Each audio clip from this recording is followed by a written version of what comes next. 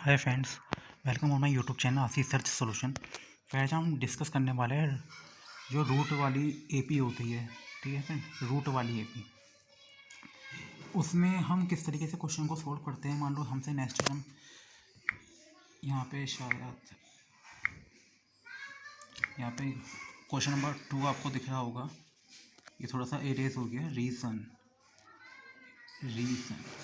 ठीक है। Give reason, find the 10th term. इसमें 10th टर्म पूछिए हमसे। क्या पूछिए? 10th term of the sequence. ये सीक्वेंस है और यहाँ पे होगा √8 कॉमा। तो ये 3 क्वेश्चंस लिए हैं मैंने, सेलेक्ट करे हैं, ठीक है, आपको समझाने के लिए, ठीक है फ्रेंड। और बोर्ड में आ भी चुके हैं ये, ठीक है फ्रेंड। तो रूट वाली जो एपीज होती हैं उनको कैसे सोल्व करते हैं उनको हम डिस्कस करने वाले, ठीक है। तो अब मैं टाइम ज़्यादा वेस्ट ना करते हुए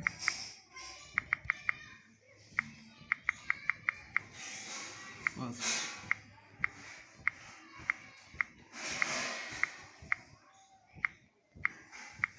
तो पहले क्वेश्चन को मैं सोल्व यहाँ पे करने वाला हूँ। सॉल्यूशन फर्स्ट, ठीक है। हमें दिया गया है एपी इस, ठीक है। मुझे दी है √2, √8, √18 और √32 डैश डैश डैश। मुझसे क्वेश्चन में कहा गया है कि नेक्स्ट टर्म बताइए, मतलब 5वीं टर्म क्या आएगी, ठीक है फ्रेंड। तो मैं आपको बताता हूँ। अगर मैं फर्स्ट टर्म की बात करूँ एपी की, तो वो क्या होती है भाई? वो होती है ए। सेकंड की बात करूँ, सेकंड की होती है a+d, ठीक है। थर्ड की बात करूँ तो थर्ड की क्या होती है? a+2d। फोर्थ की बात करूँ, फोर्थ टर्म क्या होती है एपी की? a+3d। और यानी हमें यहाँ तक टर्म दी गई है। हमें 4 टर्म तो दी गई है क्वेश्चन में, हमें 4 टर्म दी गई है। और हमसे पूछा क्वेश्चन में कहा गया 5th टर्म बताइए। 5th टर्म क्वेश्चन मार्क है। और 5th टर्म क्या होती है? a+5d। a+5d यानी मुझे a+4d हमें 5th टर्म बतानी है, ठीक है। तो a+4d, तो ये कुछ मैंने आपको थोड़ा ब्रीफ में समझा दिया, थोड़ा रिवीजन आपको करा दिया, ठीक है। तो एपी को, जो हमें एपी दी गई है, मैंने सॉल्यूशन फर्स्ट स्टार्ट कर दिया है। जो हमें एपी है, उस एपी को मैं किस तरीके से लिख सकता हूँ भाई? जो एपी इज √2। अब देखिए, सेकंड टर्म क्या थी? 8 थी। ये किसके इक्वल हो जाएगा? 4 × 2। मैं समझाता भी हूँ, एक्सप्लेन भी करता हूँ मैं, ठीक है, जिससे कि बच्चे को ये नहीं लगना चाहिए, स्टूडेंट को, कि ये टर्म कहाँ से आ गई।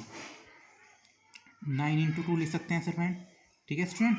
तो यहाँ पे 3√2। इस तरीके से अब मैं जो सीक्वेंस लिखने वाला हूँ ना फ्रेंड, अब ये सीक्वेंस हो जाएगी कुछ इस तरीके की। आई बात समझने, ठीक है। और 32 को किस तरीके से लिखते हैं? 32 हो जाएगी 4√2, ठीक है। तो उम्मीद करता हूँ आपको ये बात समझ में आ गई होगी। मैंने आपको समझाने की कोशिश करी। 8 को आप ऐसे, 8 को आप किस तरीके से लिख सकते हैं और √18 को किस तरीके से लिख सकते हैं। मान लो मुझे 32 का, ठीक है, मान लो स्टूडेंट चाहता है 32 भी लिख के बताइए, तो कोई बात नहीं, मैं यहाँ पे साइड में लिख देता हूँ। 32 हो जाएगा 844, या नहीं 16 हो जाएगा। हालांकि ये भी ठीक लिखा था मैंने, ठीक है, लेकिन 16 से ज़्यादा ईजिली हो जाएगा। 16 × 2 तो फिर हो जाएगा 4√2, ठीक है। तो ये भी आपको मैंने समझा दिया और आपको समझ में आ गया होगा। अब मैंने ऐसे कर दिया है थोड़ा एरेस, ठीक है फ्रेंड। तो जो भी मैं स्टेप लेता हूँ वो मैं एक्सप्लेन जरूर करता हूँ, ठीक है फ्रेंड। अब आपको क्या पता चला? a भाई √2 आ गया, a√2 आ गया। अगर मैं आप पूछूँ आपको d, तो d आप किस तरीके से निकालेंगे भाई? √2 में से आप सेकेंड में से फर्स्ट सब्ट्रैक्ट करते हैं, तो d = क्या आ जाएगा? यहाँ से आपने √2 कॉमन लिया, अंदर बचा 2 - 1, तो ये हो जाएगा ओनली √2, यानी कॉमन डिफरेंस इसका क्या गया भाई? कॉमन डिफरेंस 2 आया, √2 आया, √2 इसका कॉमन डिफरेंस आ गया, ठीक है फ्रेंड। तो हमसे क्वेश्चन में पूछा गया था, हमसे क्वेश्चन पूछ गया नेक्स्ट टर्म। तो नेक्स्ट टर्म के लिए a और d का फाइंड होना जरूरी है। तो मैंने a भी निकाल लिया यहाँ पे, और मैंने क्या फ्रेंड निकाल लिया? मैंने d भी यहाँ पे निकाल लिया, a भी निकाल लिया, d भी निकाल लिया।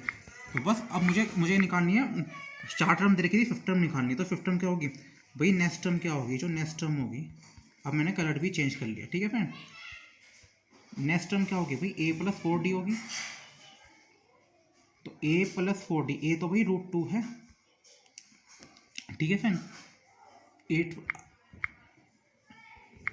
और √2 के पास √2 + 4 × √2, ठीक है। डी भी तो √2 आया है, कॉमन डिफरेंस, तो ये हो जाएगा 4 √2 + 1, √2 + 1 हो गया, ठीक है। तो यहाँ पर आ जाएगा ये √2 को मैंने कॉमन ले लिया, ठीक है फ्रेंड। तो ये तभी तो 4 + ये √2 कॉमन, तो √2 आएगा ना यहाँ पे, ठीक है। ऐसे बार आपको क्वेश्चन में नहीं, ठीक है, एग्जाम में नहीं लगाना, ये मैं समझाने के लिए करता हूँ बस आपको, ठीक है। तो 1 + 4, ठीक है, हो गया 5 √2, ठीक है। 5 √2 आया है। क्या मैं नेक्स्ट टर्म, ठीक है, वैसे मैं नेक्स्ट टर्म लिख दिया है। जो नेक्स्ट टर्म आई है फ्रेंड, वो कितनी आई है, 5 √2 आई है। लेकिन वहाँ पे ऐसे था 8 √8 √18 √32। तो इस तरीके से आप इसे कैसे लिख सकते हैं, आप ना फर्स्ट वाले का स्क्वायर कर दीजिए, आप ना फर्स्ट वाले का स्क्वायर कर दीजिए, कितना आएगा 25, और फिर ना आप इसे √2 के अंदर कर दीजिए मल्टीप्लाई, तो इसका मतलब √15, ठीक है। तो पहला क्वेश्चन में हमेशा मैं डिटेल में बताता हूँ, ठीक है फ्रेंड। तो यानी अब जो सीक्वेंस बैठेगी ना, जो इस क्वेश्चन की जो सॉल्यूशन फर्स्ट मैंने करा है, इसकी जो सीक्वेंस बैठेगी वो सीक्वेंस आएगी √2 √8 √18 √32 √15, और ये मैंने निकाली, 15 वाली मैंने निकाली है, जो क्वेश्चन हमसे निकालने को कहा गया था। तो इस तरीके से पहला क्वेश्चन फिनिश होता है। नेक्स्ट टाइम उम्मीद करता हूँ क्वेश्चन की हर चीज़ आपको समझ में आई होगी, जो मैंने एक्सप्लेन करने की कोशिश की। सेकंड क्वेश्चन पूछा गया, इस सीरीज, ये जो सीरीज दी गई है √3 √6 √9 क्या ये AP में है, इसका रीज़न दीजिए। तो रीज़न दे दें, कोई दिक्कत नहीं है, ठीक है। सोल्यूशन 2 पे आता हूँ मैं। सोल्यूशन 2 भाई, AP इज़ हमें क्या दे रखे हैं, √3 √6 √9 √12 ये दे रखिए। तो सबसे AP चेक करने का सबसे जो बेस्ट मेथड होता है वो कॉमन डिफरेंस। कॉमन डिफरेंस ही पता चल जाता है कि वो AP में है या नहीं है। तो मैं D निकालूंगा, कम से कम मिनिमम 2 D निकाल लेता हूँ मैं, उससे पता चल जाएगा ये AP में है या नहीं है। भाई √6 - √3, ठीक है भाई, ठीक है फ्रेंड्स। तो D = जो है √6 होता है, क्या था, √6। तो √6 को मैं किससे, भाई √6 को ना मैं फ्रेंड में √3 × √2 लिख सकता हूँ। तो √3 × √2, ठीक है, ये मैथ की प्रॉपर्टी होती है, ठीक है फ्रेंड, रूट की, ठीक है फ्रेंड। तो ये भी मैंने आपको एक्सप्लेन कर दिया लिखने से पहले। अब मैं जस्ट इसे लिखूंगा यहाँ पर। हर टर्म में आपको एक्सप्लेन करता हुआ चलता हूँ। मान लो मुझे D निकालना है, तो √3 × √2 माइनस, फिर क्या था, √3, ठीक है। 6 को, ये मैंने 6 को लिख दिया वैसे, तो ये D हो जाएगा। अब यहाँ से √3 कॉमन आ जाएगा, √3, आ रही बात समझो फ्रेंड, √3, अब अंदर क्या बचेगा, √2 - 1। तो पहला जो कॉमन डिफरेंस आया वो ये आया है, आई बात समझो फ्रेंड। जो पहला कॉमन डिफरेंस आया ना वो क्या है, ये है, यानी √3 √2 - 1। अब मैं एक और D चेक कर लेता हूँ, उसके लिए क्या करना पड़ेगा, उसके लिए क्या है, थर्ड में से सेकंड टर्म घटाऊंगा, थर्ड में से सेकंड, यानी √9 में से √6 सब्ट्रैक्ट करूँगा, तो √9 - √6, ठीक है। तो D = भाई √9 तो सीधा सिंपली 3 हो जाएगा, √9 का 3 हो जाएगा, तो 3 - √6। अब ये इसका D आया है। तो अब आप देखिए, अब मैं आपको क्या बताना चाहता हूँ, एक D ये है, एक D है, दो कॉमन डिफरेंस डिफरेंट है, दोनों ही कॉमन डिफरेंस ना अलग अलग है, ठीक है फ्रेंड, सेम नहीं है। अगर सेम होते हैं तो वो AP में होते हैं। ये भी कॉमन डिफरेंस अलग है और ये भी कॉमन डिफरेंस अलग है, ठीक है फ्रेंड। तो जब कॉमन डिफरेंस सेम नहीं होता तो वो AP में होते ही नहीं है। तो मैं आपको कहना चाहता हूँ फ्रेंड, कॉमन डिफरेंस, अभी क्वेश्चन नंबर 2 चल रहा है, कॉमन डिफरेंस, ठीक है फ्रेंड। भाई जो कॉमन डिफरेंस था आर नॉट इक्वल, ठीक है फ्रेंड, कोई इक्वल है ही नहीं। अगर इक्वल होता तो ये भी हो जाती। तो फ्रेंड सिंपली क्या लिख सकते हैं आप, द गिवन AP मैंने क्या लिखा, common difference are not equal.